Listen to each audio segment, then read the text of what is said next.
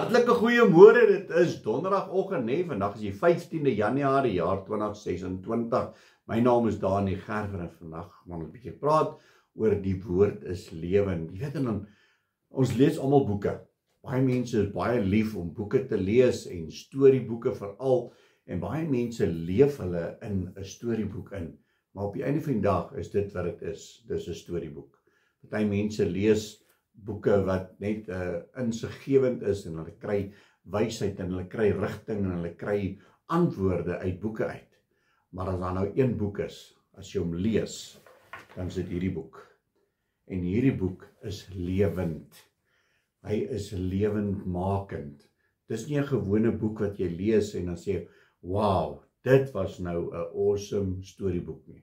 Want dit is nie 'n storieboek nie. Want elke keer as jy op 'n hang af op wat se toestand is jy, geestelike toestand is jy, en as jy die boek oopmaak op 'n sekere plek, en jy's in 'n lou, as ek dit so kan sê, en jy lees hier 'n gedeelte, dan praat hierdie skrif met jou.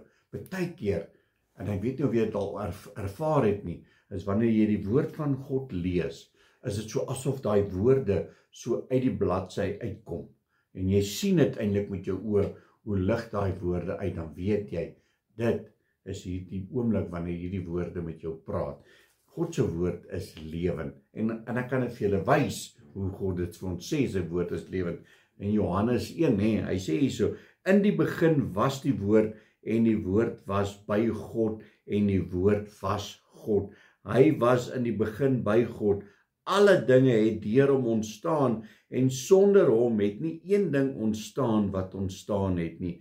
In hom was lewe, en die lewe was die lig vir die mense. En ons weet, ons het dit gelees, Jesus het aarde toe gekom, en hy het onder ons kom woon, sodat ons kon sien hoe dit is, en wat ons kon ervaar. Want ons self was nou nie daai tyd daar nie, maar die disippels was daar gewees, en die woord was lewend gewees. En ek en jy, wanneer ons God se woord lees, moet ons hom nie probeer lees so 'n strompie in die Boksomwende boekie nie. Nee, hierdie boek as ons hom lees, dan is dit iets wat ons ervaar.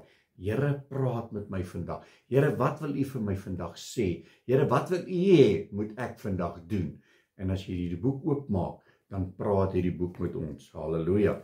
En God se woord sê hy is lewend. As ons gaan kyk daar in die boek van Hebreërs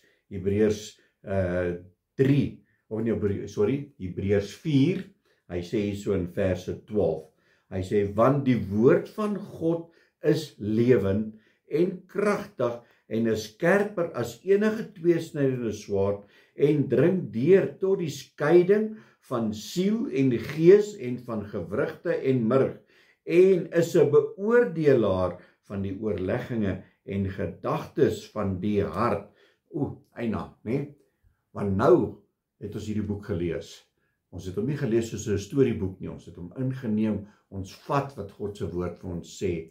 En wie gaan ons kom oordeel eendag?